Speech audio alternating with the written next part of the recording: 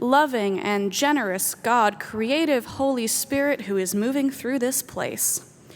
We give you thanks for each and every person gathered here, for we know that each and every person here is beloved. Each and every person here is blessed to be a blessing to your whole kingdom, to your whole world, to your whole universe, through their gifts and their graces and everything about them. We ask that as you are with us here in this space today, that you encourage us, enliven us, and help us to do the important business of this annual conference together on this sacred ground. Amen.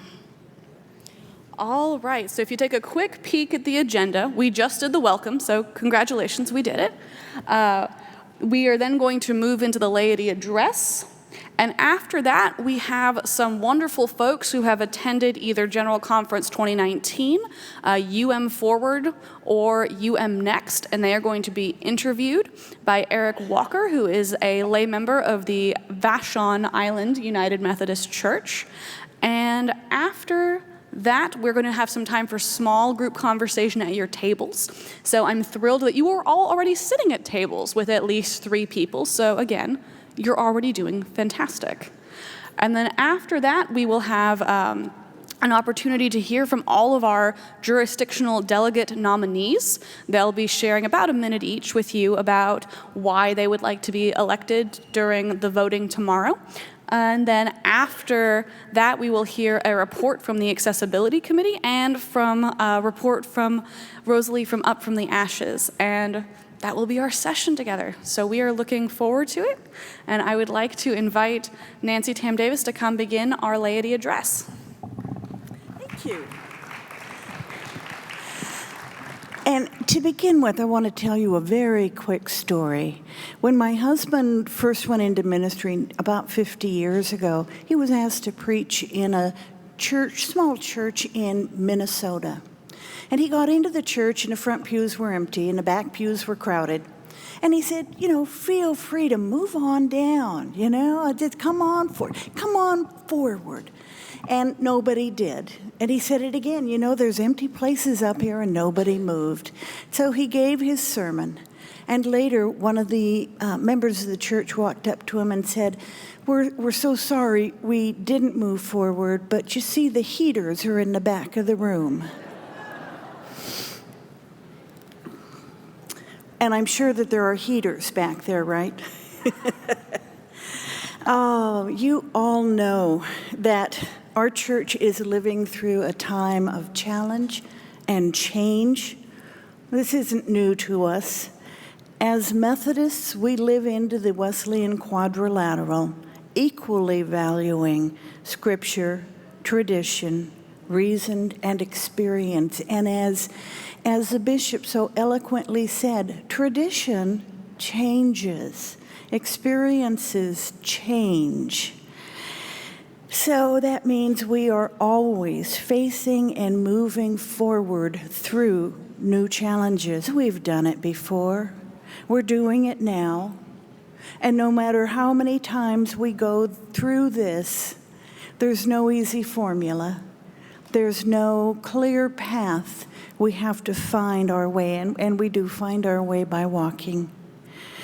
We know there's no simple formula, and we have to struggle to find our way through together each time. Angelina and I have been listening to you and to members from other annual conferences around the world.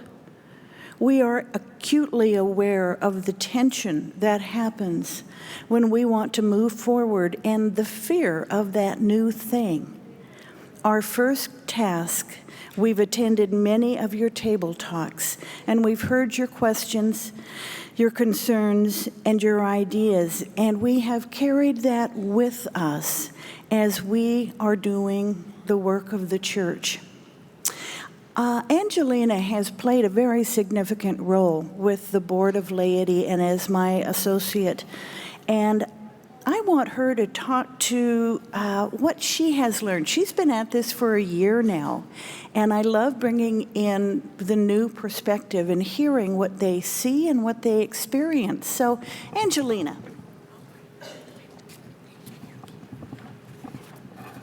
All right, lowering the mic. There we go. So last year, as Nancy said, was my first year getting to participate with the Board of Laity. If you're a member of the Board of Laity, would you just stand up real fast so everyone can see who you are? Oh, look, there they are. Yay, Board of Laity. They are important, wonderful people. So, yes, please applaud them. I'm all for applause all the time. Yes, yay. And last year at the Board of Laity, we decided to focus on the position of the local church lay leader. Out of curiosity, how many of you here today are the lay leader for your local church, perhaps in addition to being a lay delegate? Yes, I'm so excited you're here. And for those of you who are lay delegates but not lay leaders, how many of you know who the lay leader of your church is? Yes. All right, we are doing spectacularly well. How many of you would have the contact information of your church lay leader readily available to you? Yes, good job, team. So, in this past year, we sent out a survey to church pastors and to church lay leaders, asking them what they understood about this particular position. And our research verified what we had long suspected. Local church lay leaders are often left with a job to do without definition and with very little support. When we asked folks to complete this survey, what we discovered is that often, because there is no clear definition, it looks different in every single congregation. Some folks, to be honest, are named lay leader in order to have a name on the charge conference report. Some folks have a pastor who has never spoken to them about what it means to be a lay leader. And then there are those folks who feel regularly supported, who meet with their pastor, and who are engaged in the life of the congregation. And that's amazing. And again, it looks different in every single church. And what we found is that pastors don't really know much more than the laity do about this role, how to channel the gifts and graces of their lay leader into congregational transformation. But what we discovered is that on both sides of this question, there is a deep hunger to walk together in the ministry to the congregation. We heard, practically speaking, that there needs to be a clear definition of this role, and there needs to be support for this role. Spiritually speaking, we heard a sense of isolation and a deep desire for community. So our goal this year was to develop a system to bring lay leaders together for networking, support, and spiritual development. We want lay leaders to know each other, to teach each other, to share resources, and to dream together and have a strong role in building and sustaining the vital ministries in our local congregations and local communities. But we encountered stumbling blocks for this vision. At this current moment, there is no database of lay leaders of local congregations.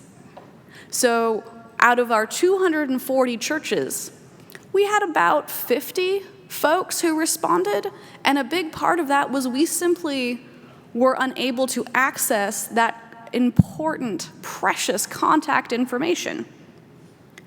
So at any point, you are welcome to email me or Nancy Tam Davis and let us know, or your district lay leader, who your church lay leaders are, because we want to connect them. And I would like to say that perhaps this was unique to our conference. However, this year, in my role, along with Nancy, I attended, and this is a long title, the Annual Association of Conference Lay Leaders Conference. and talked with other conference lay leaders throughout the country and discovered that this stumbling block is ubiquitous and systemic. The role of the church lay leader is undervalued across the board. I think, honestly, in part due to lack of a clear definition and system of support from congregations, pastors, and the annual conference. And so you may be asking yourself, why does this matter? So let's begin by clarifying who a lay leader is. I'm giving you this definition right now. Who remembers our baptismal vows? We just did them this morning. Show of hands. Do we remember them? Yes. Okay, good. Some of us do. Some of us are not sure. Do not worry. I'm going to remind you. And how many of you remember the 5 promises that we make when we become members of the United Methodist Church? Oh, all right. That's okay. This is good. In our baptismal vows, we name Jesus as our Savior. We promise to repent of our sin and to resist evil and oppression in whatever forms they take. And the 5 promises we make as Methodists is that we will use our prayers, our presence, our gifts, our service, and our witness as part of who we are as Methodists to make disciples for the transformation of the world. So who is a lay leader? A lay leader is someone who, in response to her, his, or their love for Jesus, intentionally lives out their membership promises and baptismal vows in the local church. The lay leader serves the congregation by praying for the local congregation, and in collaboration with the pastor and other church leaders, uses hers, his, or their gifts to identify and support the gifts of the congregation to create and sustain vital ministries. These ministries not only serve the congregation, but the local community. The lay leader holds the congregation accountable that the ministries of the church resist evil, dismantle unjust and oppressive systems, repent of the sins of the past, and lead the congregation into a future that reflects the love that Christ has for all people. The lay leader engages in these vital ministries by her, his, or their presence and support of ministry leaders. And finally, the lay leader is a witness to these ministries by communicating the vision to the local church. That is a monumental task, and it does not happen alone. It happens with the support of the pastor and with the support of the rest of the local congregation. I want you to picture your church lay leader.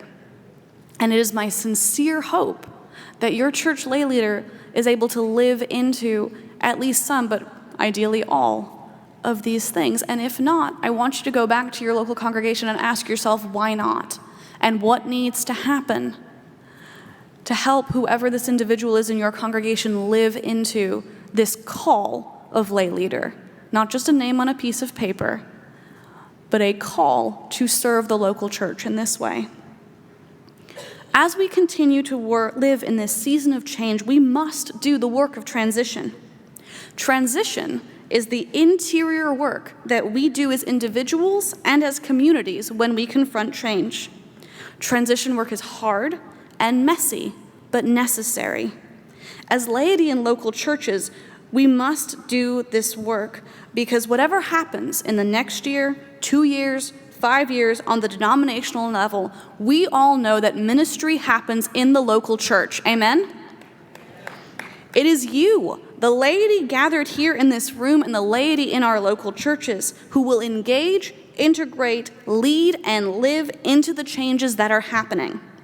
We are better when we are in relationship and in support of one another. Now I'm going to turn it back over to Nancy.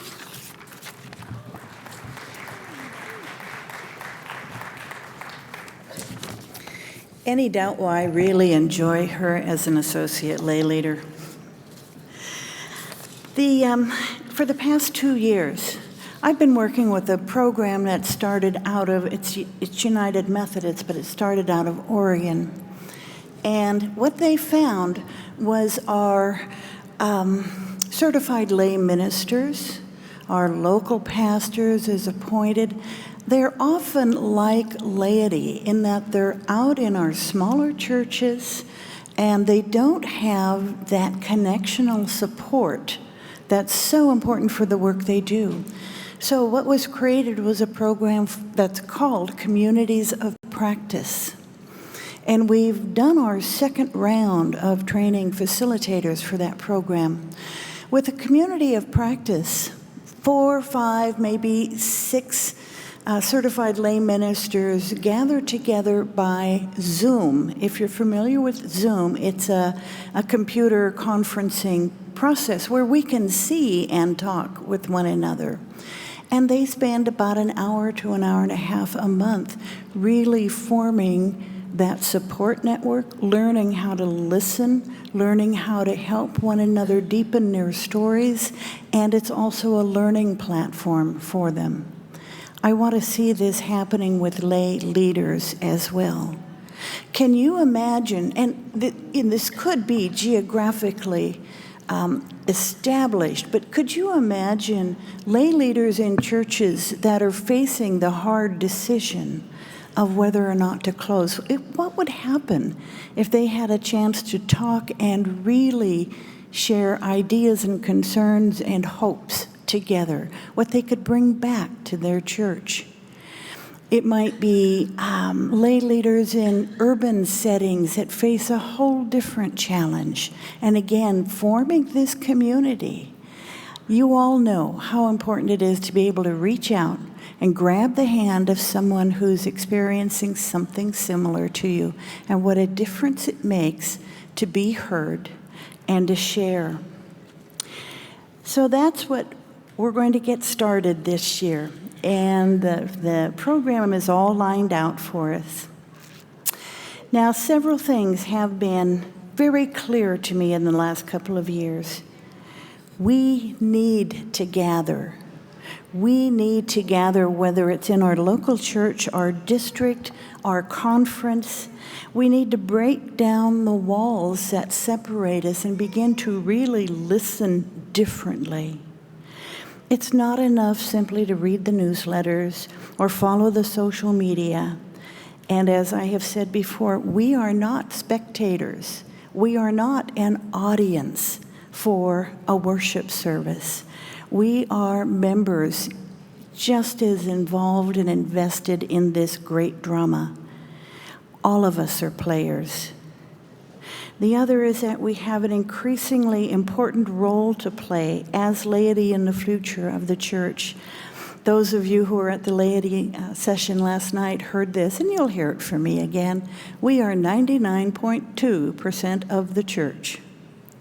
Laity has a voice in the congregation, in the many missional actions of this church, attending such key events as General Conference 2019, Forward, Next, and subsequent gatherings where we are dealing with the path forward. Your voice is valuable. Your voice is needed. And the last thing, as I look at who we are and look at who comes around the table for the decision making, I want to encourage laity to be around that table. But it's not just laity, it's a diversity of laity.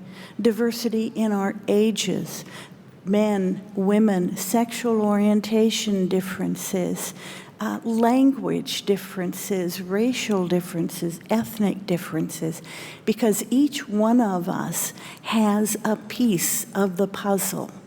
And we're not going to be able to put that puzzle together until we are all around the table. So it's been an exciting year for the Board of Laity. It's been an exciting time, this time of change, and I look at the future with unstoppable hope because I know what we're capable of doing. Thank you so much.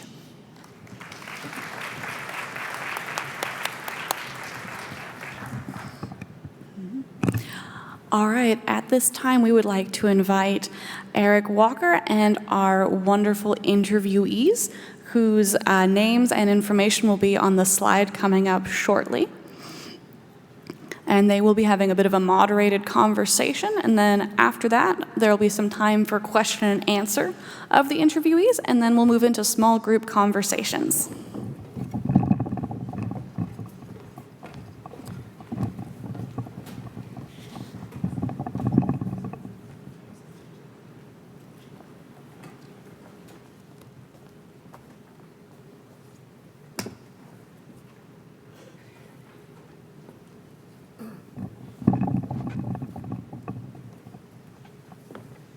So one of the, this mic is on, right? Good. So one of the problems that I've always had as a lay member to annual conference is when I go back to my local church next Sunday, the first Sunday back, and people go, well, what happened? And I go, oh my gosh, a lot of things happened. And I would usually try and pick one or two things that really I thought were great and start telling the person about them, but I really only had a couple of minutes because they would zone out very quickly. So this year, I think it's going to be easy because we can say we talked a lot about the possible split of the United Methodist Church. We heard about it this morning. We're going to talk about it now. There's table talks coming, and then I think something else even following. So I think that's your first bucket to put stuff into about what happened at this year's annual conference. And what I'm going to try and do is simplify a little even further some of what you heard this morning, ask you a quick question, and then let these folks fill in a lot of details beyond this morning of what they experienced in UM Next, UM Forward, and other conversations. So let's presume, and by the way, we're going to talk for about 20, 25 minutes. Then we're going to throw it open for questions from the floor. So when we get toward the end, if you have a question, do the bit where you find a mic and ask your question, we'll respond. And then we're going to let you talk at your table about what's been said. We're going to pose a couple questions. And this is all getting you ready for the table talks that'll come later today. This is a chance for laity to talk amongst ourselves about the challenges we face. So in terms of simplifying a lot of this, the way I think about it, and Brant has helped me with this, is that there's basically three options we're facing over the next year or so. And those three options that we would have to choose one of is to stay in the United Methodist Church as we know it under the modified traditional plan. That's one. Two, to stay within the United Methodist Church as we will know it in the modified traditional plan and resist that modified traditional plan in hopes of changing it to be more inclusive. So one is stay, we're good. Two, stay and resist. And three is create and then become part of something new. So the third is creating something new. And we learned from Brant this morning, there's a lot of complexity around that new thing. But that's the three basic areas. Stay and resist, create something new. So I would like a show of hands real quick for you to raise your hand to one of three choices. The first is, I am clear myself on what I think we should do among those three choices. If you ask me right now, I would tell you which one I pick. Two would be, I'm leaning in a direction. I'm leaning, but I'm not there yet. And three is, I don't have a clue. I really don't know what this is all about. Okay? So raise your hand if you know what choice you would make from those three. Raise your hand. You know. Okay? Hands down. What if you're leaning in a direction but aren't quite sure? Okay? And I don't have a clue. Okay, we got a few, very few. Okay, great. So it looks like we have a chance to influence or add information to people. Now, during your table talk time, the mini table talks we're going to have here, our panels are going to be roaming around. So you could ask them individually a question too during the table talk time if that's needed. All right, so in these questions that we've discussed and prepared, we're assuming that you understand enough about what happened in the General Conference 2019, based on the handout from this morning and what the modified traditional plan is. So in these questions, we're going to assume you understand enough about that for us to talk more about next and forward. So Jay and Emily, I'd like you to talk about Forward and what, before we do that, I want to do an introduction, excuse me. So I'd like to go down the line and have you name, role in this process, and what's your local context? What do you bring into this experience so far? My name again is Jay Tamali'i. I am a lay member from Spanaway United Methodist Church. So basically what I'm bringing to you guys from Forward, or our movement forward from Minnesota, is just like those of you that said that you know your decision, I know my decision as well. And what I agreed with the people that I've met in Minnesota and the new friends I made out there, including the ones that were from the greater Northwest area, I agreed that I was going to share the good news. And the good news is this is only the beginning and it's only going to get better. By that I mean that we need to look at the fact that this is radical solidarity, which was a big topic, that the main focus that we had at our movement forward. And what I want to share with you guys is that we need to look at the fact that when we think about Jesus himself, and we discussed this in Minnesota, he was a radical himself. He didn't stay in the temple and just teach in the temple. He didn't just stay amongst the rabbis and those with power, that he went out there and he became a part of the sick, the poor, those that were ignored, those that felt evil but knew that there was grace, and he shared that with them. So that is what I want to bring to you, just to remind you guys of that. And this morning you said you were stay and resist. This morning, is that right? You still there? Stay and resist. Okay, great. Emily. All right. So my name is Emily Wright. I am a lay member at Seattle First United Methodist Church. I had the honor and privilege to be part of the delegation to Minnesota. And yes, I say Minnesota like a Minnesotan. I lived in the Midwest for several years and cannot say it any other way. Why do I care about this? I am a queer person who has belonged to reconciling congregations who are open and affirming and welcoming of LGBTQ individuals, and have just grown up in that tradition and that community. And St. Louis caught me completely flat-footed. And after I got over the utter irrational anger and fury and grief that I felt, and it was a grieving process for me, I realized that I just wanted to be involved more than I had been in whatever the future looked like. And that's why I agreed to go to Minnesota, because I wanted to be part of what comes next. I wanted to be part of the discussion. I wanted to be part of the process. Great. And is it Minnesota? Is that kind of something? Yeah. Minnesota, okay. Nika. Hi, my name is Nika Sai. I use she, her pronouns. I'm a lay member from Beacon UMC in Seattle, and I'm also a member of the Wesley Club at the University of Washington, which is UW's campus ministry. What was the other? It was just what we're bringing in? Yeah, why what do we're you bring okay. what do you bring to the table? I think what got me started in being involved in, I was lucky enough to be part of UMC Next.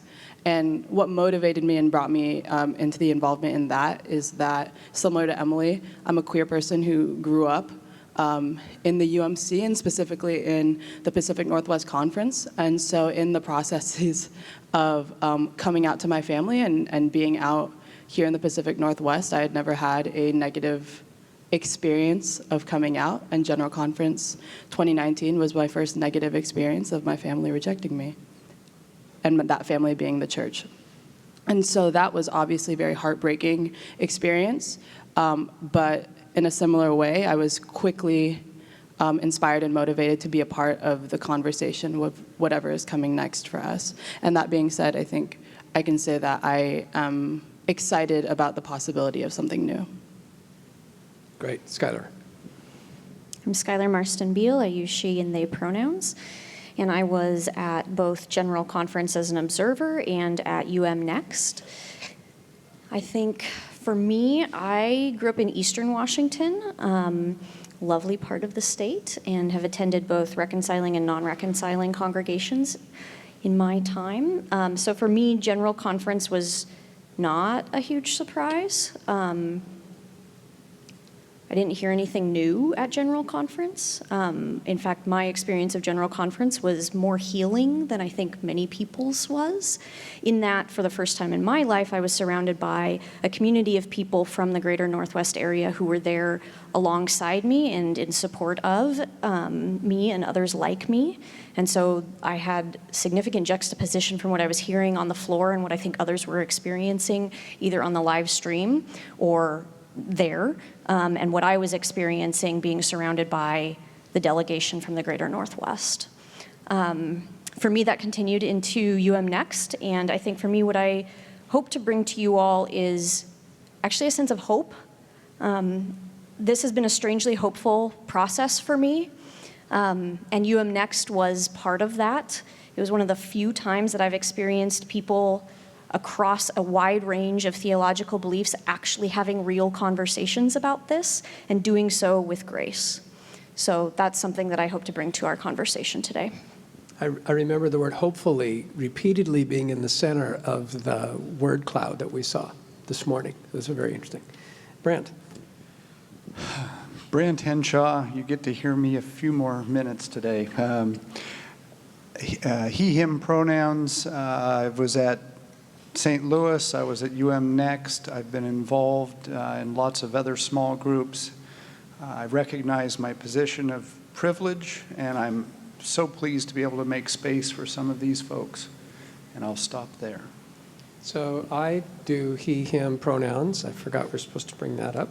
So let's go to what did Jay and Emily learn from UN Forward? What was that experience like? Tell us a little bit more about UN Forward. This was the y'all come one. Yeah, in yes, Minnesota. Okay. I mean, go ahead if you want to go. Okay. It was the most affirming experience I'd had in a church space, because while I've been part of congregations that participated in Pride Sundays and even had congregations who marched in Pride and were involved in Pride, it was just wonderful to be in a space where being an LGBTQ identifying individual was not the minority, where I was part of a larger group of people who had a similar faith experience and faith journey to me. And it was just, it was eye-opening and just, it was a fantastic experience. I forgot to mention he, him, his pronouns. Honestly, like a couple of you that were basically saying like you had no idea what was going on. When I had heard the news from General Conference, I myself was distraught. Not because I'm gay, and one of these days I'm hoping to lean towards going to school for theology, but I thought about the generations that follow after me. I thought about my nieces and nephews, and I thought about your guys' nieces and nephews and grandkids and great-grandkids, and I thought about the traditions I grew up in and how I love our church. I love our traditions. I love our theology. I love the family that we've created as a church. And I left Washington, went to Minnesota in hopes to find answers to complete all those questions, to answer all of them. And I went there and it opened up my eyes because I don't know if you guys are familiar with Bob Marley and some of his songs.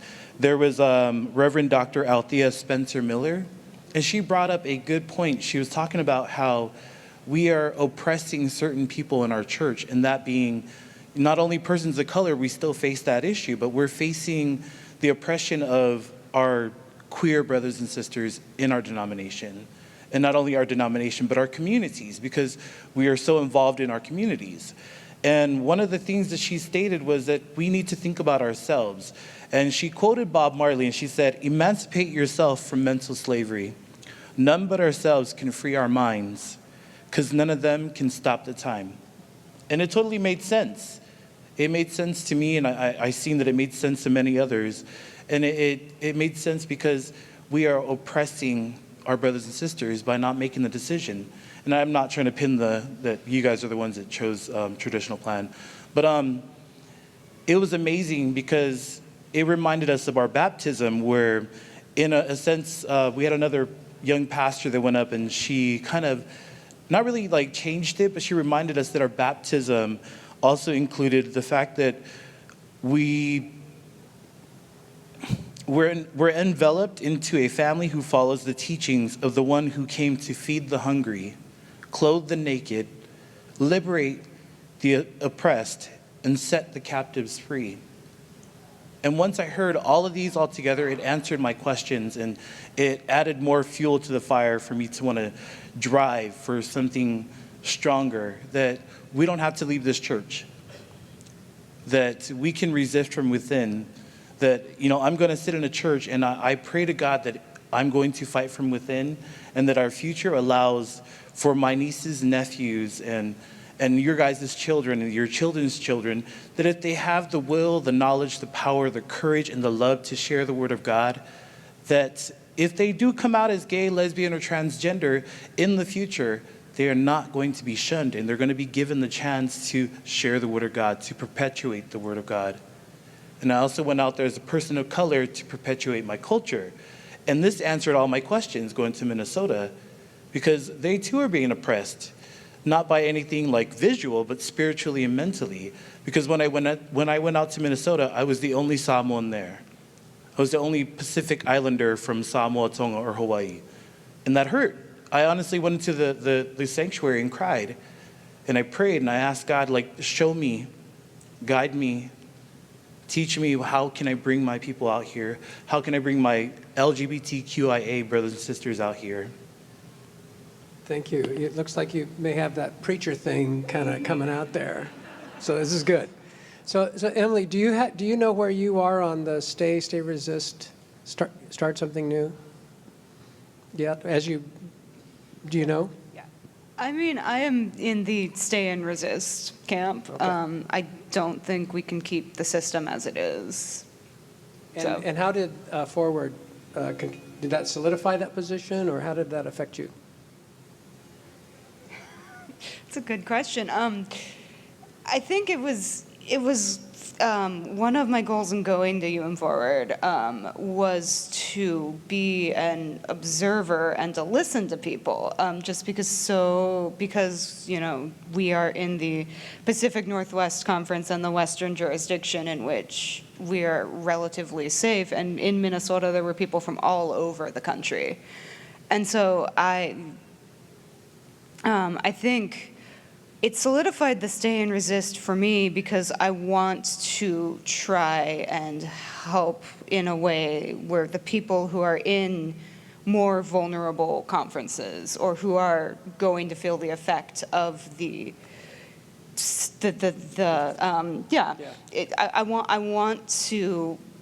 I'm hoping to provide some sort of structural system in the present as we work towards a new thing. And there was at Forward there was both a stay and resist, and then a stay and resist and like a 1 foot in, 1 foot out at the same time, in between in and out hybrid. And so that's more where I am.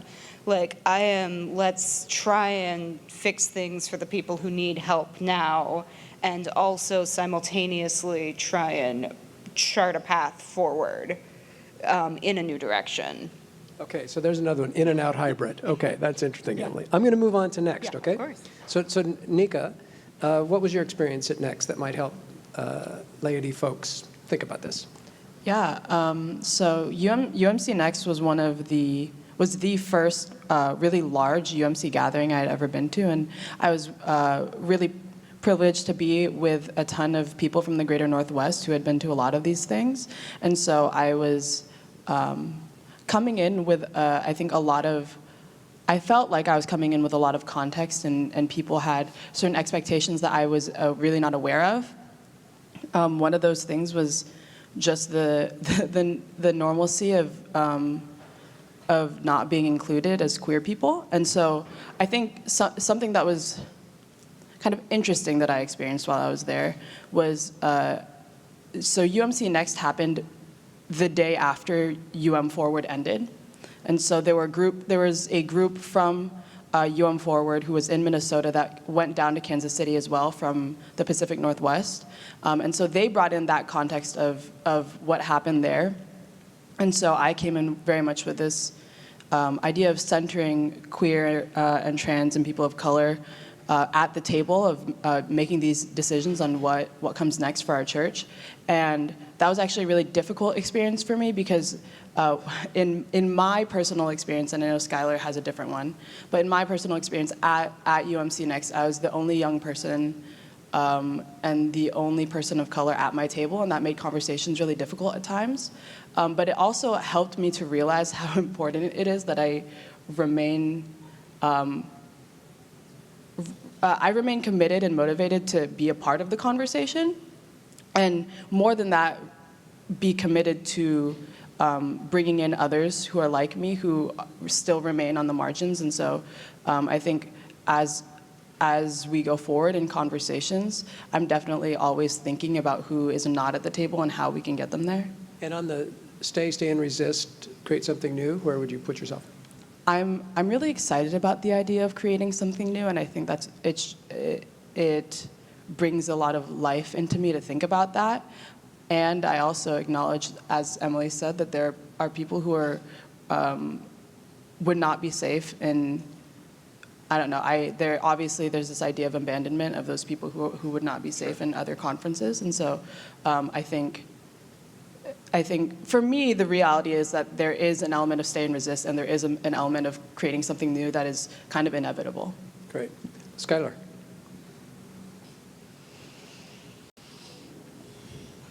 She's taking a deep breath. We'll see. Go ahead.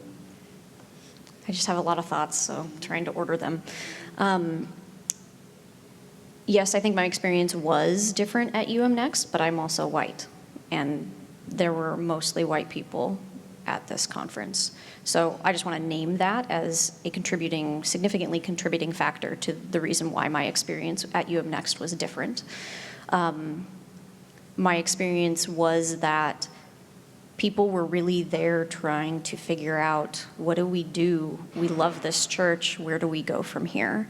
And I think for some people, they were at the very beginnings of this conversation, where General Conference was sort of a catalyst for them to say, whoa, I may not be okay with homosexuality, but I didn't want us to be this kind of punitive church. Like, that's not a church of love. So there were folks in that place, all the way to folks who have been fighting this fight for a very long time and who are ready to leave. So having that wide perspective at the table, I think, was extremely helpful for me, and I hope for everyone at the table, but helpful for me in particular to get a sense of the realities on the ground in other parts of the country, and to recognize that what resistance here may look like is totally different from what resistance in other parts of the country may look like. I think from the PNW, I have this sense that resistance is clergy performing same-sex weddings. And in other parts of the country, that is still so far outside of what they are able to do safely that resistance has to look different. And yet I left, again, like I said, with a lot of hope, because people were at the table wanting to engage with love and grace, to better understand where other people were coming from, to try to figure this out together. And I think one of the other pieces that I heard loud and clear is that our connectional history and our connectional nature is so important to us as Methodists, that even as we are sitting in this place of maybe we're dividing, maybe we're staying and resisting, that piece was so important for people to figure out. Even if we go our separate ways, how do we maintain some level of connectionalism in order to make disciples for Jesus Christ, for the transformation of the world? And what that looks like, we don't know. Have you figured that out for yourself? No. But I would echo Emily and Nika that I am in a hybrid place. I think there are some of my LGBTQ brothers and sisters who have been fighting this fight for a very long time and are just, honestly, they're just tired. They are tired of fighting to be who they are every day. And so for them, I'm ready to go. I'm ready to dream a new church, to see what the Holy Spirit is doing, where Holy Spirit is leading us. And there were people at my table who came out to us in a small group setting who are not out to their DSs, not out to their bishops, cannot be out. And for them, we have to figure out, how do we stay as well? So how do we start doing a new thing together with those for whom that is where their heart is leading them? And how do we maintain that connection so that as other congregations in other parts of the world maybe decide that that's also right for them, that they're not left behind? I think we have to be doing both, and I don't know exactly what that looks like, but I think there are real lives at stake on both sides. So. Thank you. Let's check in with Brant real quick on a question that's been lingering on my mind, at least, and hopefully for others too, is that there's a lot of other things going on behind the scenes. We have these critical gatherings that were really important, but yet some other things are happening, and you alluded to them a little bit this morning. So could you make a little bit of sense of those for us, and should we worry about those yet? Yeah, let me answer that, but I want to expand a little bit on the danger that some people are in, the privilege that we have in being in the Western jurisdiction in PNW, that there were dominant culture, cisgendered allies that went to Next, that before they left Kansas City had been removed from whatever positions they had in their annual conference, merely by being present there. The concern for people outside of our jurisdiction has to weigh kind of heavily in terms of how do we try to help with that. In terms of groups doing work, right after we got back from St. Louis, the Western jurisdiction met in Portland and created 11 working groups to work on everything from creating something new and dreaming to what are some of the worst case scenarios of how, if the traditional plan was executed as maliciously as possible, what could happen. Committees around finance, committees around safe harbor that the bishop alluded to and talked about the efforts there, and trying to figure out how to coordinate across the jurisdiction. So that's one set of groups that are doing some work. And progress on those has been in a little bit of fits and starts, in that people were waiting to see what happened at Forward, what happened at Next, what's happening last week and this week and next week at annual conferences. And so there's been some initial work done that will probably kick into high gear just after all the annual conferences wrap up. There's been some ad hoc groups that I've been a part of with treasurers from across the country, different jurisdictions, different conferences in terms of where they stand on this issue, from progressive to very conservative. We're having here are happening more and more. One of the things that for me was very powerful at Next was because it came after Forward, as Nika said, we were really pushing on this not just to be a conversation about LGBTQ inclusion, but to really look at our structures of our church and our individual ways of continuing to perpetuate oppression, and make this about the ways that we have a structure that benefits some and disadvantages others all across the board. People of color, folks with disabilities, LGBTQ, across class lines. I mean, we have a real opportunity right now to have many hard conversations about who we are as a church and who do we want to be and who is Jesus calling us to be. And for me, that is the hope that I have for what we're doing in our local congregations, is how do we, in the next 18 months, have some real serious conversations about where is Jesus leading us? And what does that mean for us? For me as a white person, I've got some reckoning to do with my white privilege. As an able-bodied person, I got some work to do around that as well. I mean, I could go through the list of areas. And that's something I have to take seriously as a follower of Christ if we are going to do a new thing, or if we're going to even live into who Jesus is calling us to live into. So don't be waiting for a charge conference vote 2 years from now. Right. you got to get to work on this. That's right. And maybe through the rest of the annual conference conversations, we'll be picking up some ways to hold those serious conversations. Yeah. Nika, what should they be thinking they're going to be doing soon? Yeah, I would reiterate everything that Skylar just said. I think for most of our churches, or at least my experience has been that my congregation has really not been involved in the conversation around General Conference 2019, and I know that there are a lot of congregations in the PNW that have been very actively having that conversation. And I think my main thing is that because we all fall on such a spectrum of that, the reality is the conversations will look very different depending on what your local context is and what your congregation is and who is in it and where they are and where they fall. And we do have some absolute stay congregations. Yes, in our yeah, conference, absolutely. right? We have such a spectrum of theological understanding in our conference.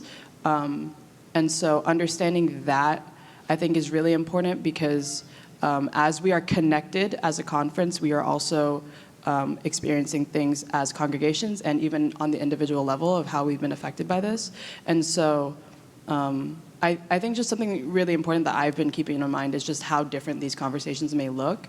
And just as Skylar said earlier, that resisting or whatever action that we may take next may look different across the nation. It can also look different across the conference.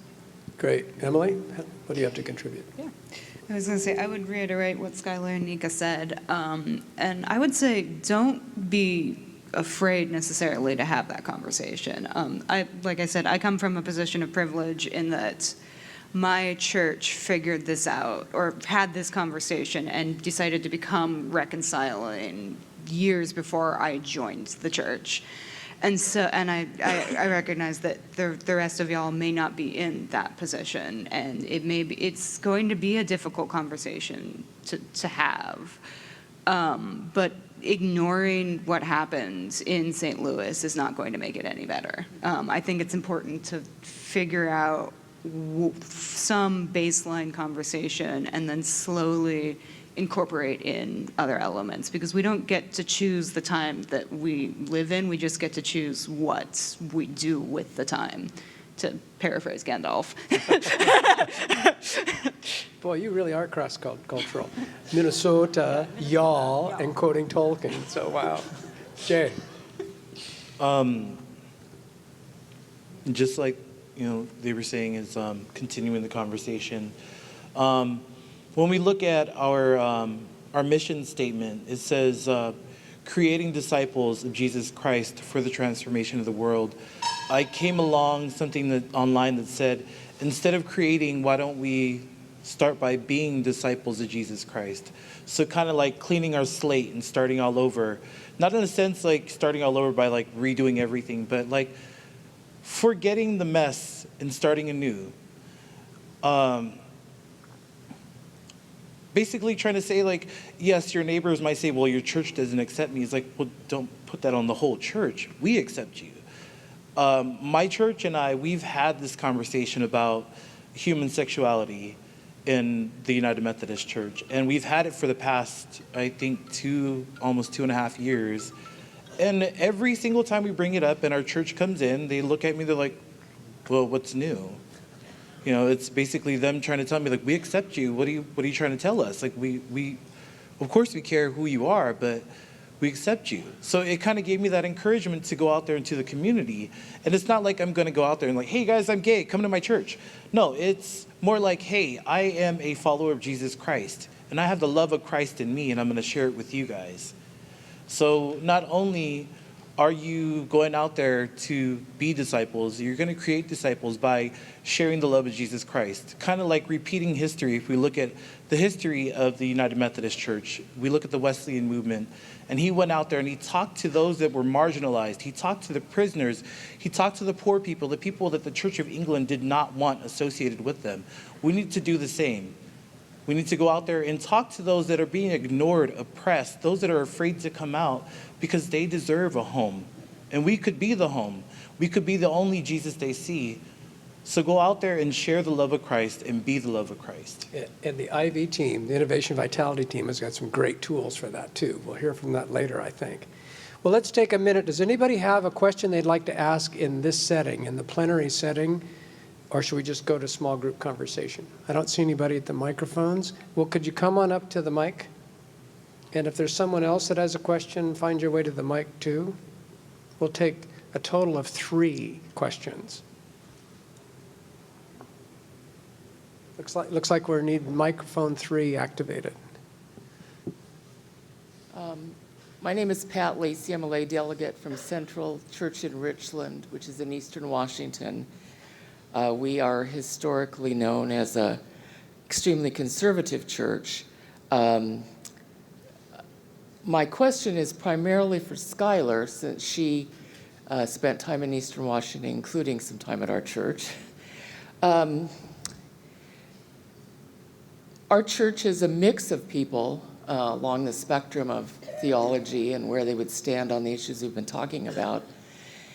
But I understand, especially the comments that John and Kathy made earlier, that people on either end of the spectrum sometimes feel marginalized depending on what group they're in and part of. And we don't talk a lot about the people in eastern Washington and the people that are more conservative or congregations that are mixed who are going to really struggle when they have to come to some of the decisions. So Skylar, especially, and anybody else who has any comments, how do we make sure we include those people who are going to, those churches, those pastors, those church members who are going to have to make the same decisions that every other church is going to have to make, and help them and acknowledge that they're going to struggle in some ways even more because they have a wider variety of perspectives in some of their congregations. Thank you. Thank you. That's a great question. I think that's a very big question as well, so I will try to be concise in my response. Point 1, I think those are some of the best opportunities to live into God's grace and love that we have. I think you're right, absolutely right, that the churches that are all sort of more all of one mind are going to have an easier time. I don't think this is going to be easy for anyone, but I think it will be easier. I think coming out of Next, what I saw was the love of God being very present in those conversations. And I think anytime that we can center ourselves in what it means to try to live out Jesus' love in our interactions with each other, especially in the midst of hard conversations, I think that's where God shows up. It's going to be really hard. And my hope for you and Central and other churches in that place is that this really does become an opportunity to lean into the conversations with love. My second point that is potentially more controversial is that I think that when I think about the history of the United States, this is a country that was founded by, well, we don't know that they were all straight, but for the purpose of this, straight, cisgender, white, Christian men. And there's certain power dynamics that have been set up from that founding of our country that are very much embedded in all of our systems. And so when I hear folks talk about feeling marginalized and oppressed, I want to recognize that that's a real feeling and also hold that in the other hand of the truth of the history of this country that has given some people more power and access to power and privilege than others. And so while I do not ever want to dismiss a feeling of being left out or not heard, I also have to try to understand that in this context that is how much of, for me as a white person, is that coming from a place where I'm used to having access and used to being heard and used to having the ability to express myself freely. And so is that coming from a place of a lack of endurance around having conversations where my perspective isn't at the center, and where I'm being challenged and what's going on for me in the midst of that, because I'm part of this history and was born into this history. So that's a much harder piece, and I'm be very happy to talk with anyone more about some of that and my own journey with some of that. But I would hope that that would also be something that is part of this conversation as well, because we're not in a vacuum, right? This is part of our history, and our identities play out within the context of that history in different ways. Thank you. In some of our enthusiasm, if we know where we want to be with this change, we've seen in Brant and I've both seen this in maybe at some different levels in the church. People get really excited about what they want to see happen. And that's when we see some other groups marginalized. So we've tried to take a breath and stand back and say, well, wait a minute, we need to use language that is indeed more inclusive and acknowledge that we are diverse. So I don't know how well we're doing, but at least there's some consciousness about it. We have a question in mic number 2. Lynn Swedberg, Deaconess, Manitowoc, Spokane. My question is mostly for Brant. There's a petition about having a U.S. Central Conference, and that's something over the years that has made a lot of sense to me. When other people are voting, I'm not saying that's going to answer all that, but that's something I've not heard you bring up, and it seems like it would be relevant in this conversation. Can you explain a little more about the potential that that might have? Oh, okay. So I grabbed the mic because my church council is responsible for submitting that petition, and I was involved in the discussion around it. And it was one of our ways of resisting from within, staying and resisting, is, okay, if we want to stay, what is legislation that we can put forward that will allow us to at least try to push the general conference a little bit and sort of find a way in which we can try to make structural change without leaving the body as it exists. So Brant, what is a Central Conference? Why is this relevant? It sounds like Just the bishop saying minutes. you got 2 minutes to give all 4 pathways. As the church started and grew in the United States, as it internationalized, they created what they call central conferences, which allows regions of the globe to have some self-determination. Like the Philippines. Was the Philippines a central conference? Or is that They're not a central conference. They have a different Okay. classification. But parts of Europe, Africa, have central conferences. And what that provides them is that they take our book of discipline, which is the global book of discipline, and they are able to contextualize it for their local area within that central conference. There have been attempts, last time was in 2012, to create a central conference, 2008 and 2012, to create a central conference for the United States, which would mean that we would have a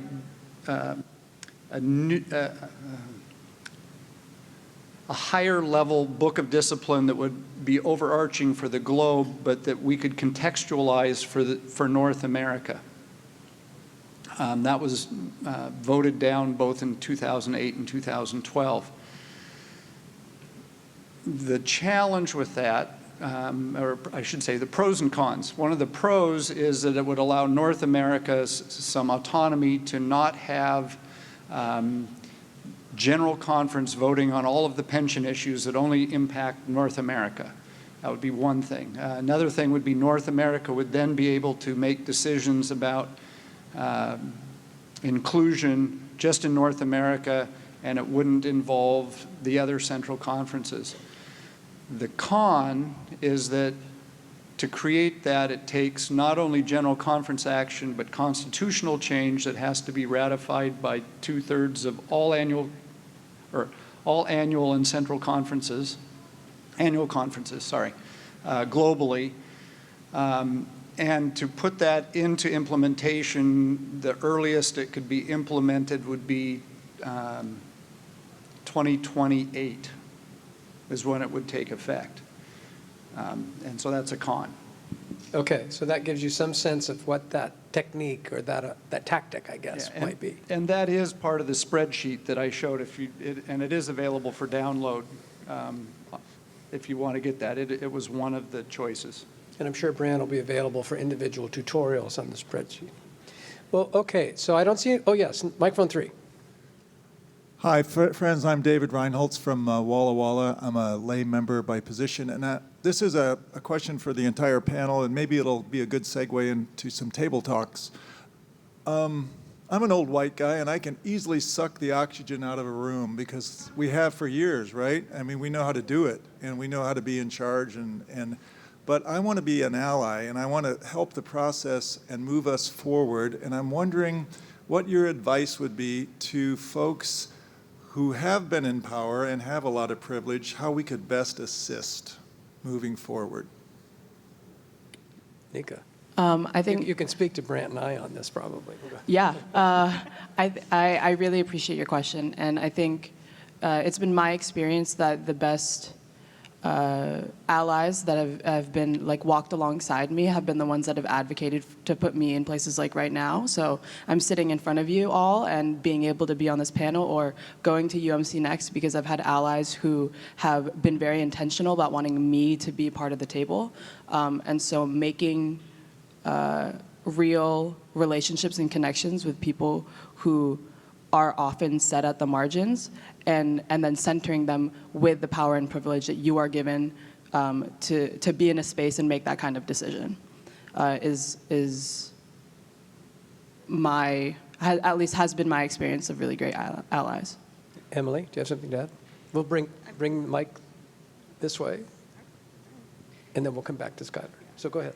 I would echo what Nika said, and also be willing to listen and actually hear what people are trying to say. Listen and hear. Yeah, because it's very easy to sort of just not necessarily hear and appreciate what people are saying, even if you manage to make it into a room and have a conversation with people on the margins. And so take the time to listen and sit with the feelings of what comes up in the conversation, because it can be difficult to have to have the conversation, and sometimes you will not be comfortable with everything that is said. And so just appreciate that experience, I would say.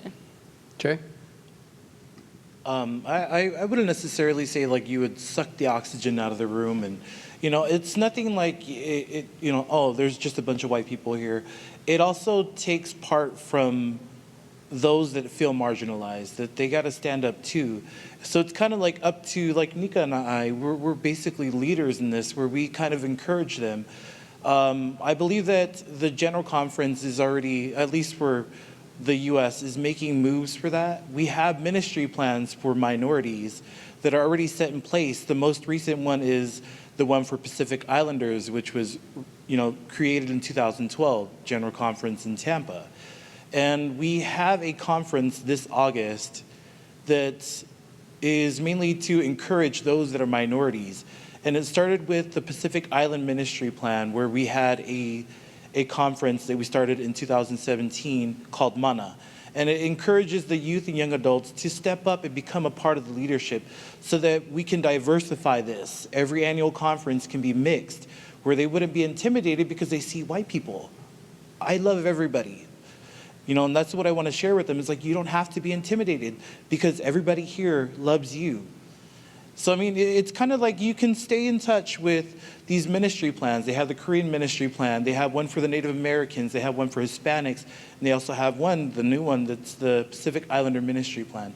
Stay in touch with them. They have Facebook pages. They have websites.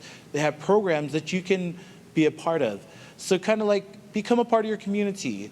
We have, communities that have programs for minorities. Figure out how you can connect with them. And then while you're in the process of connecting with them, let them know, hey, I'm a United Methodist member. So we've got engage, listen and hear, and walk alongside. Skylar, do you want to chime in? I would echo everything that's already been said. I think one piece that I would highlight, though, is that relationships really do matter. And I think when we're talking about a global church, I think sometimes we get in the habit of thinking about strategic relationships I don't want to be in a strategic relationship with anyone. I want to be in a real relationship. I want to get to know you. I want to hear your stories, and I want to have you be interested and curious about my stories. And I think that's true, I think that's just universally true, but I think building off of what Jay said, I think we are very focused a lot of times on our local churches, and sometimes we don't even know what's going on at the Methodist church in the next town over. And I think that's even more true when there is a theological and or ethnic divide between or difference between those churches. And I would really encourage us to start reaching out and getting to know our Methodist siblings at other churches as well as within our own churches, because the more that I am in relationship with you and you with me, I mean, again, that's where God shows up, right? And it's in authentic relationships where we get to grow together. So, and that I think is part of being a good ally or accomplice. I think there's some of that going to happen in the district-specific meetings that are coming up, maybe Sunday morning, where some of that's trying to be encouraged. So before we go to small group conversation, let's show our appreciation for the panelists. Really appreciate them being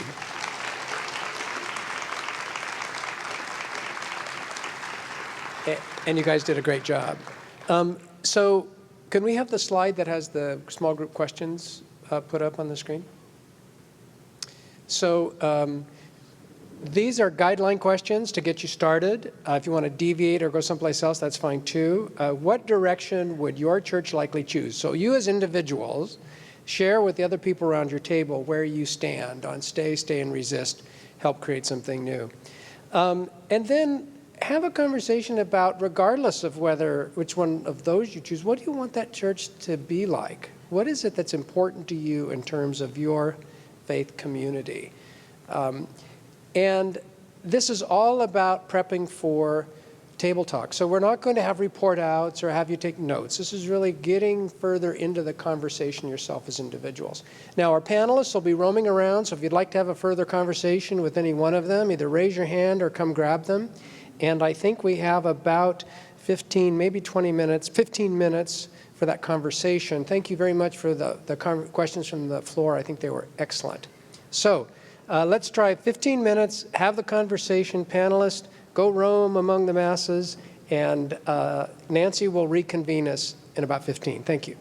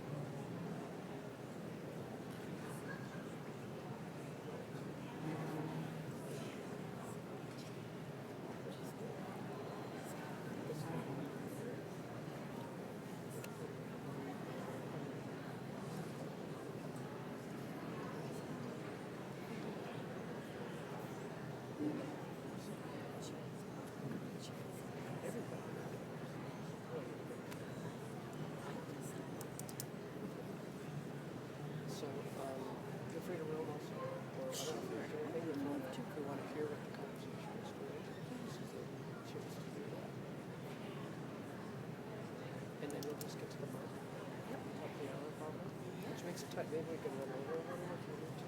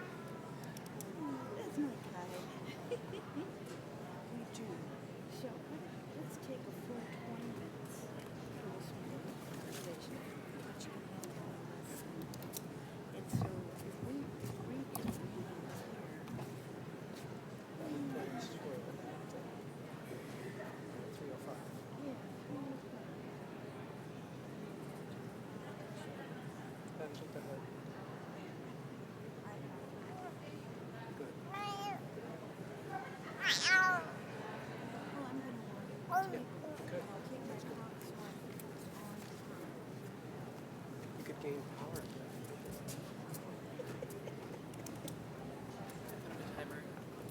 Oh, good.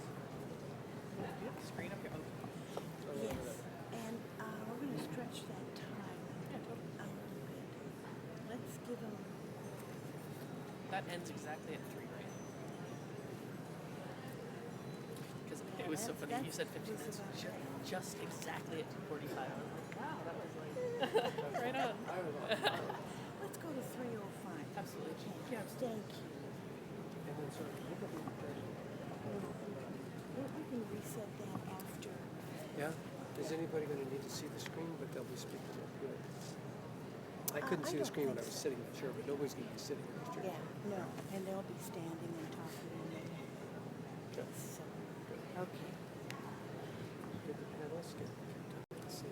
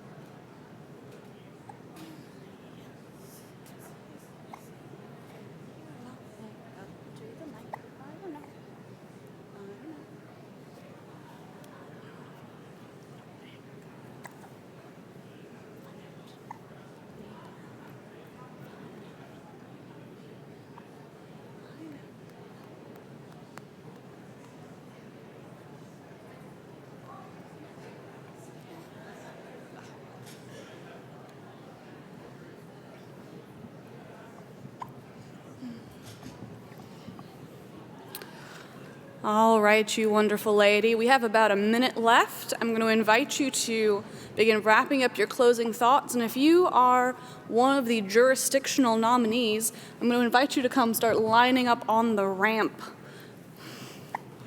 All right. And then I was encouraged, it was brought to my attention by one of the panelists that there was a little bit of uncertainty around the term queer, and so I have been asked to address that uncertainty for some folks. How many of, given that our panelists, by and large, were identifying as queer, I recognize that for some of us, we don't necessarily need to know a show of hands or anything like that, but I imagine that there's a fair handful of folks in the room who may have internally done a kind of a gesture, because for some of us generationally, that term is offensive. It's a term that we're not necessarily supposed to be using, and so a little bit of uncertainty around that. So what I would like to name about that is that as the LGBTQIA community continues to grow and evolve as it has always done in all times and all places, that younger generations are reclaiming the term queer. Some of you more seasoned folks might remember when the term gay was reclaimed from being a slur to being a word of pride. That is similarly what is happening for some generations with the word queer. But language being as important as it is, the question was then asked, well, how do I know if I'm trying to be a good ally, if I can use the term queer or not? And what I was invited to share is that generally speaking, LGBTQ is a little bit of a more comfortable term for folks. But language is so important, so I would like to lift up the reminder from earlier this morning that if you have lots of questions about acronyms and terms and what is and isn't and what things mean, that Pastor Ann Locke wrote a fantastic little glossary, LGBTQ and U, and there are copies of that available at the Reconciling Ministries table, or they're all gone. Well, we are going to have to print more, is what I just heard. So I am confident more are being printed. If not, we will let the folks in the office know that more need to be printed. But that is fantastic news that they've all been taken, because that means that you all are really thinking and engaging around how to be welcoming and inclusive, and that's really fantastic news. All right, it looks like we have our jurisdictional nominees have gathered. So what's going to happen is that one at a time, they are going to come up here to the podium, and they're each going to speak for about a minute and tell you a little bit about themselves and why they hope to earn your vote tomorrow during the voting time. So why don't you come on down and we can get that started. Yeah, and introduce yourself by name and the church that you currently attend, and then you got a minute to go.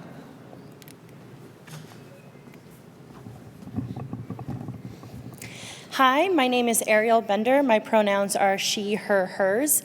I belong to the Ellensburg United Methodist Church. I am a young adult delegate, and I'm the peer minister for the Central Washington University Wesley Club.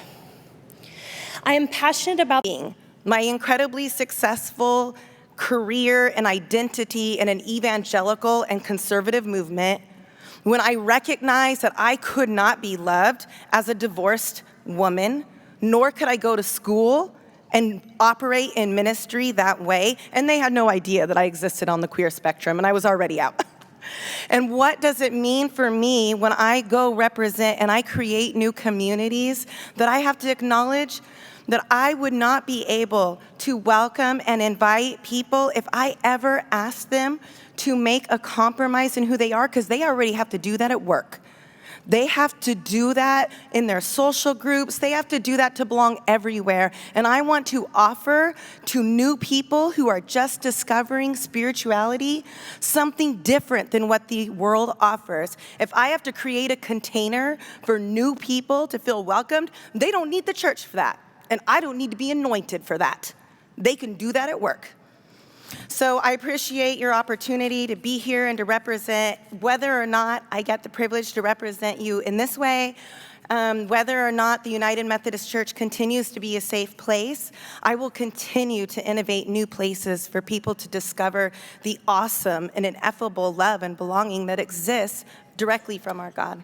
Amen. Bless you.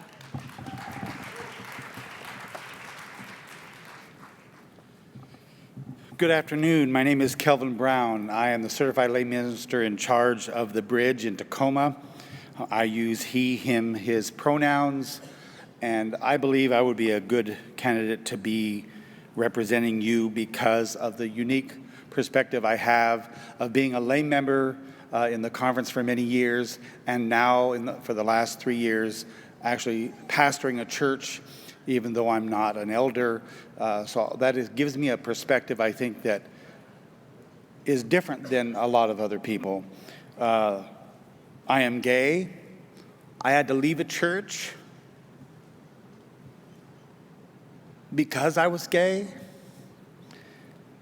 And I want to see this church be a church that's welcome to all. And so if you vote for me, you will be voting for someone that has a perspective of not only the laity, but as a person in pastoral leadership and a good understanding of what the church will look like in the future. Thank you.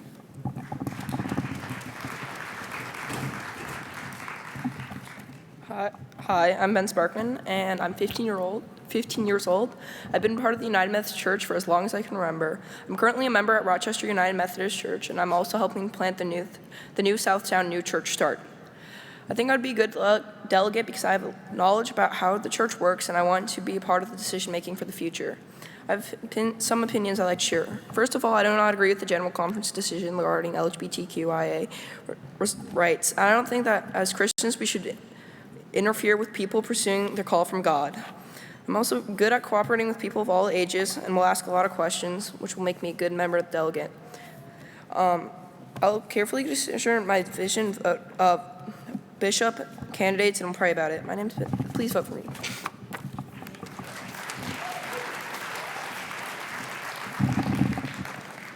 Hello, my name is Felicia Hola, and I attend First Tongue United Methodist Church.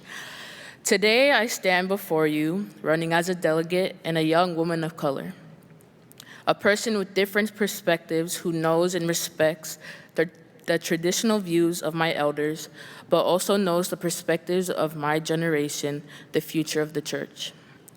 I know young people who are hesitant of God and hesitant of the church. They deal with many problems in our society. And time again, young people are told to join this and that and are just there so that people can say, I have a young person on my team, council, or committee. When will we be able to speak at the table? When will you listen to what we have to say rather than tune it out? When will we be given the chance to prove that we are more than just a token? If you elect me, I will bring the voice of the future of the church, the young people of today. We are ready. Young people are ready. I am ready. But the real question is, are you ready? Thank you.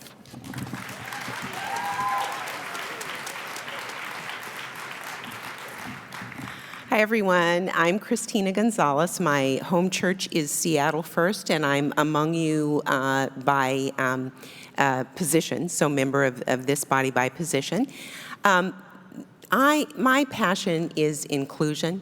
My passion is bringing voices to the table that have not always been at the table. I'm running in this moment because I think the Western Jurisdiction Conference will have something to say about the future of our church. And I'd like to bring that lens of inclusion with me. I also think that things change by changing systems.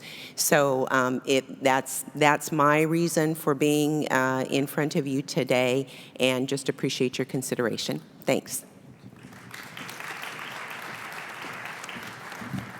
My name is Marie Cook-Stanowski, and I'm a lay member of Trinity United Methodist Church. I know many of you. You've watched me grow up over the years. I served as a member of the communications team in 2008 for General Conference, and then as a delegate in 2012 and 2016. And throughout those years, I've been deeply involved in the legislative process.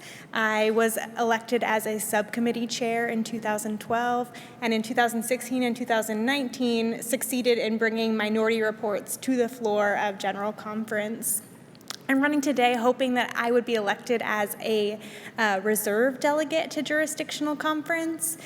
I'm hoping that that would connect me to the delegation in a way that would be supportive to the delegates who will be voting, but won't take up a voting spot as I've already served for a few quadrennium.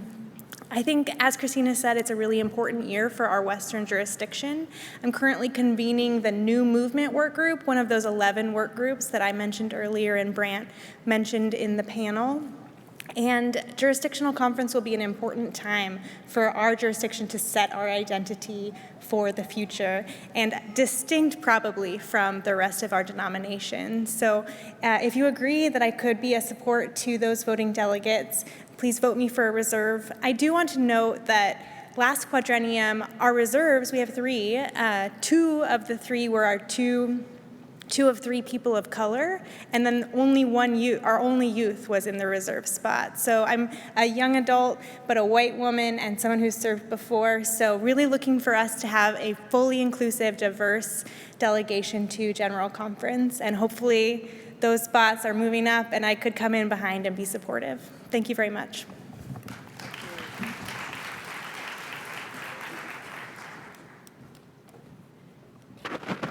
Good thing this mic is inclusive. I am Noriko Lau. I am a member of Linden UMC, and my bio is in pre-conference handbook. I have 2 reasons for desiring to serve as a jurisdictional conference delegate. First, I want to take part in electing new bishops from our jurisdiction. Of course, that is the primary role of a jurisdictional conference delegate.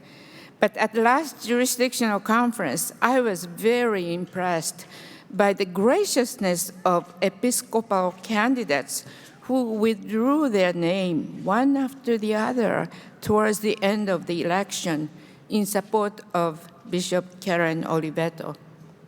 Most likely, those candidates will run again at next jurisdictional conference, and I would like to hear what they have to say this time. Second, but just as important as the first role, is to support our General Conference delegates. Jurisdictional conference delegates get to go to General Conference and work as a team with our General Conference delegates. We divide up voluminous petitions, study and summarize them, and even make some voting recommendations. As a member of the current Western Jurisdiction leadership team, I have been working with the Structure Change Task Force. I also worked on draft resolutions proposed by United Methodist Women as I serve on their National Program Advisory Board. So I feel I can make a meaningful contribution as a jurisdictional conference delegate.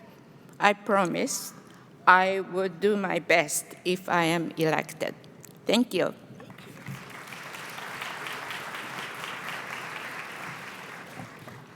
You have one more. It's me. And yes, I'll time myself as well. Nancy Tam Davis, United Church and University Place. And I joined the church 30 years ago. I started going to UCUP 20 years ago. And since that time, I've been a beta coach working with churches throughout this conference. I've facilitated in over 40 churches in this conference. I was asked to go to Western Jurisdiction last go-round, where I helped the whole group discern the process. I'm a member of the AACLL, the Association of Annual Conference Lay Leaders, and I'm on the executive board for that. And probably the last piece I want you to know is that right now I'm president of the Tacoma Dialogue and Resolution Center. So what's been consistent throughout all of this history is bringing people together across differences and finding solutions together, finding a way to move forward. That's my life work. That's my passion. And I'd like to do that at Western Jurisdictional Conference. Thank you.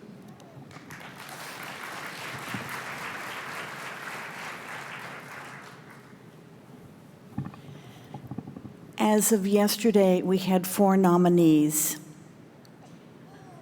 And we brought it up at the laity reception last night.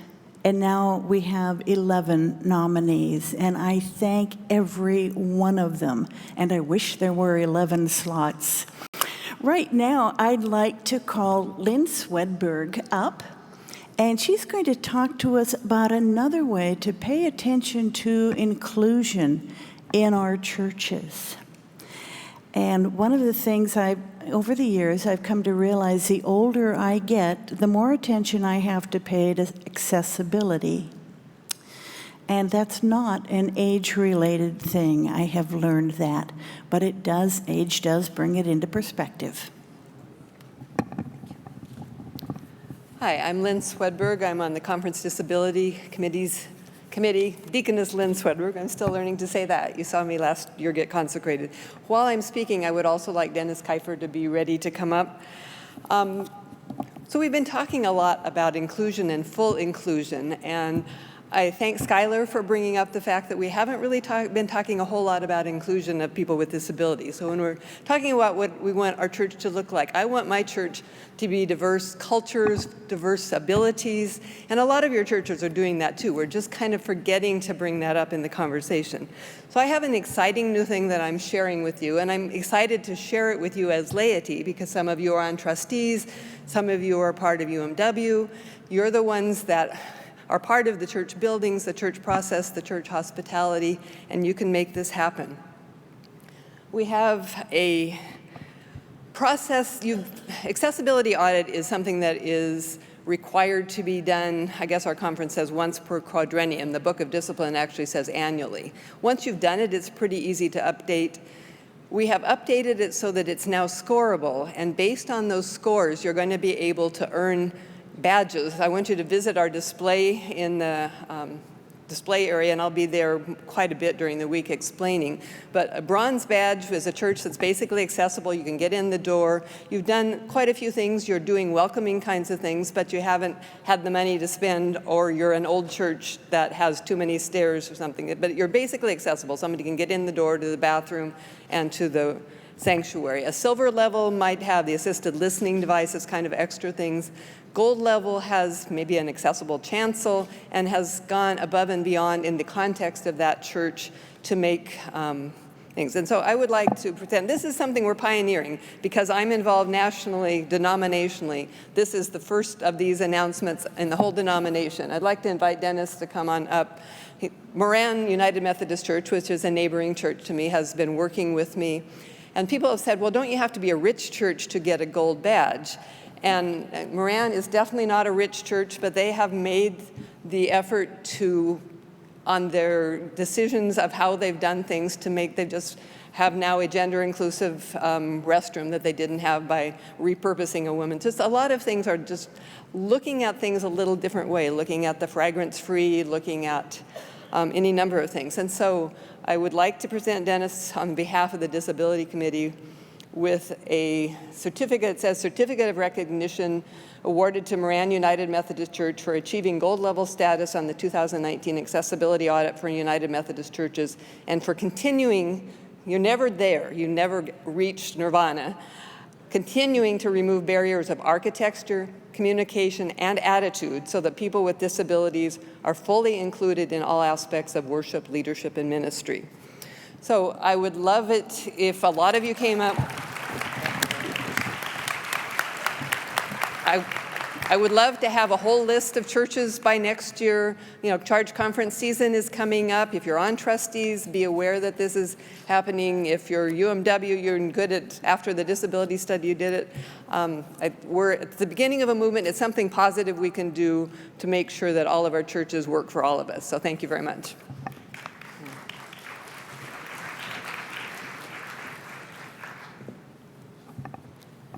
That's kind of exciting. I like that. I asked for more accessibility to my church, and they offered to set up a catapult in a driveway. We got to work on that. What I want to do now is I want to welcome Rosalie Money. And Rosalie is on the board of Laity, but she also developed such a deep passion for a project that she became one of the coordinators of that project. And I'm going to let her tell you about it. It's pretty amazing. Not a coordinator, I'm correcting that. Thank you, Nancy. We have been sitting for a long time, and I believe this is the last presentation. And so I want you to promise me in one swell of voice that you will not leave, but I want everybody to stand up, turn around once or twice, and sit right back down. You've got 15 seconds.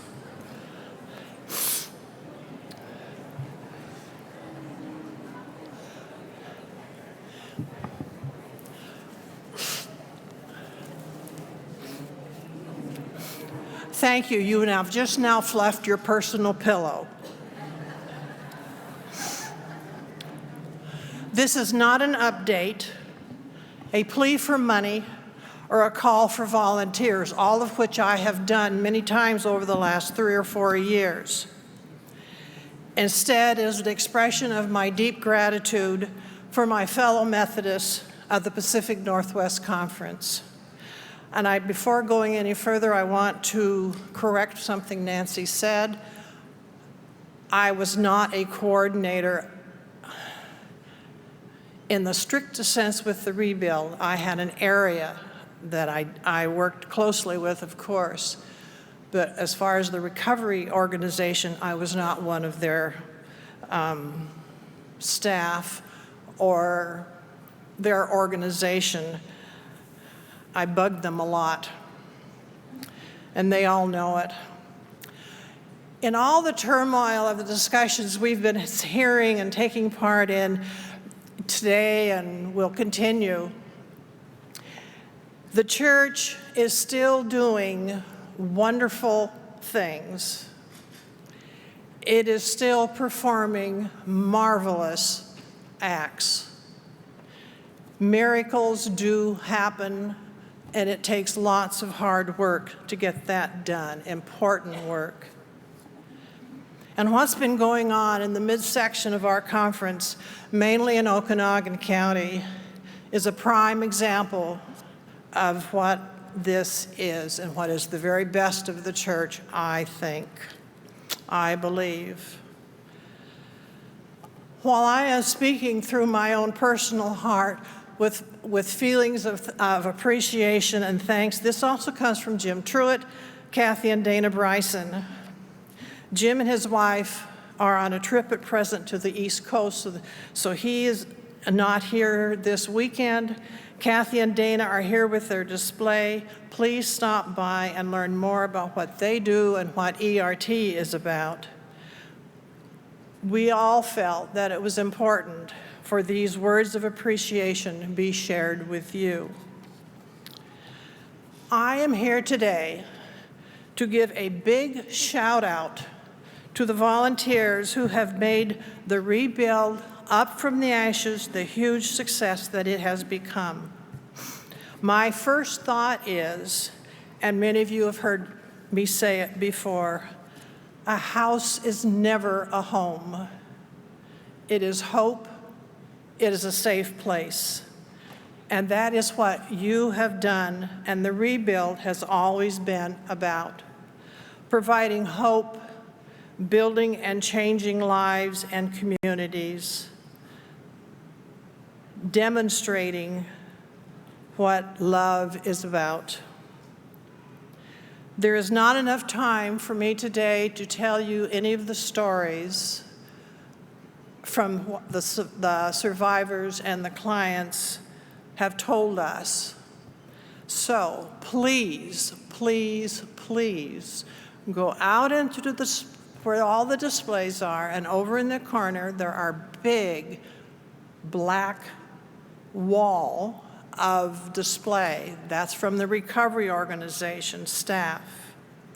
It tells with very poignant words and pictures the story of the rebuild, stories of the survivors, the communities, and what happened during those horrific days and what the rebuild has meant to them. And I know also that not many of the teams and their leaders are not here today. However, the rebuild was a conference-wide effort, and so I am talking to each one of you, to the conference across the whole state. And so this is what I challenge each of you to do, and I want you to do, no matter your position, to take this note of appreciation back to your church. Every person, however you report it, to the people from the Spokane Valley Church that are here in the members, as members, I want to hear that and see that in your report, that the staff, that Jim and Kathy and Dana appreciate and thank each person. People need to feel they are appreciated and loved for what they do. Help warm hearts with appreciation. I'm going to ask some questions, and I'm going to give a direction. How many rebuild team leaders and team members are here today? Will you please stand? I don't care if it's one person. Because, there are some over here. Please remain standing. You represent about 545 other team members that have worked up there. Some of those people have gone once, some of them have gone as many as 4 or 5 times. Remain standing, please. How many of you help support your church's teams or help support the rebuild through donations of money? Please stand. Please, and remain standing. Are any of the chainsaw mission/ministry people here? If you are, I'd like for you to wave, and people, there are some over here. The chainsaw people, we call them chainsaw ministry, not massacre. Chainsaw ministry, they have special training to do this. They are important to recovery, the recovery efforts, and they have gone far and wide. If you didn't know there was such thing as a chainsaw ministry, and you might be interested, go out and talk with Dana Bryson. You need special training. How many of you help support your church's team in the rebuild through prayers of support? Will you please rise and remain standing? All of you are the people that have been essential to the success of the rebuild. It would not exist without you. I cannot thank you enough for what you have done and continue to do. God is very good indeed. Now, take a good look around. You are the people that we thank today. Please give yourself a thunderous applause.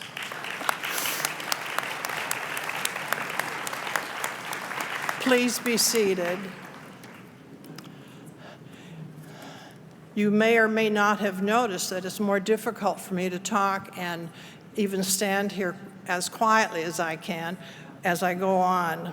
There is one more group that cannot be left unnoticed. On behalf of the volunteers of the PNW, we want to thank the staff of the Okanagan Recovery Organization. Carlene Anderson, Executive Director, who is not here. Barry Hansen, Reconstruction Manager, who is here. Renee Haug and Jessica Rounds, Case Managers. Renee is here.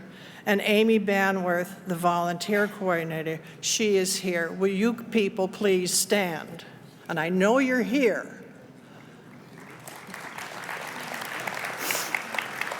Since our initial beginnings, the cooperation between yourselves and us and me personally, the Rebuild folk, has become a true partnership.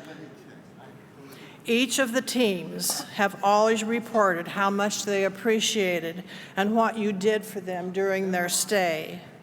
And I hope you know how much I appreciate each of you. Some of your phones may be a little quieter now for me not asking so many questions. But thank you so very much for being who you are, and will you please get some rest. The rebuild is coming to a close. The last 2 dedications are just in a couple of weeks. There's a team there right now, and there's one more team that will go up in about 10 days, I believe, to help.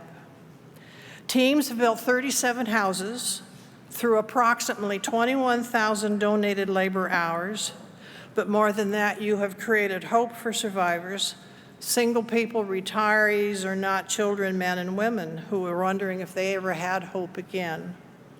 This is what you, as team members or as people who have prayed hundreds of prayers or raised money for the rebuild, have accomplished. You have created new normal lives for the receiver of the homes. You have donated thousands upon thousands of dollars just for the rebuild, and you still gave to UMCOR to help survivors of hurricanes or tornadoes around the globe. The PNW UMC is truly an amazing place to live and to love. We go where help is needed. From the bottom of my heart, thank you for the amazing work you have done and will continue to do. I am humbled beyond what you can ever imagine. God be with each of you, and many blessings to each of you.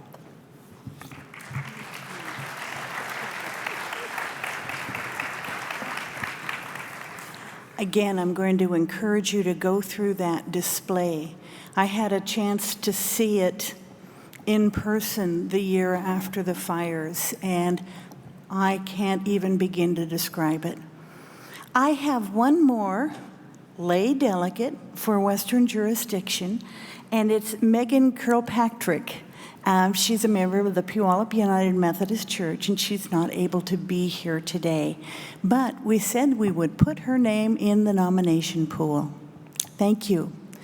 Now, Laity Session is over. Yay! Yay! Thank you very much, and gather back here at 4 o'clock. Thank you.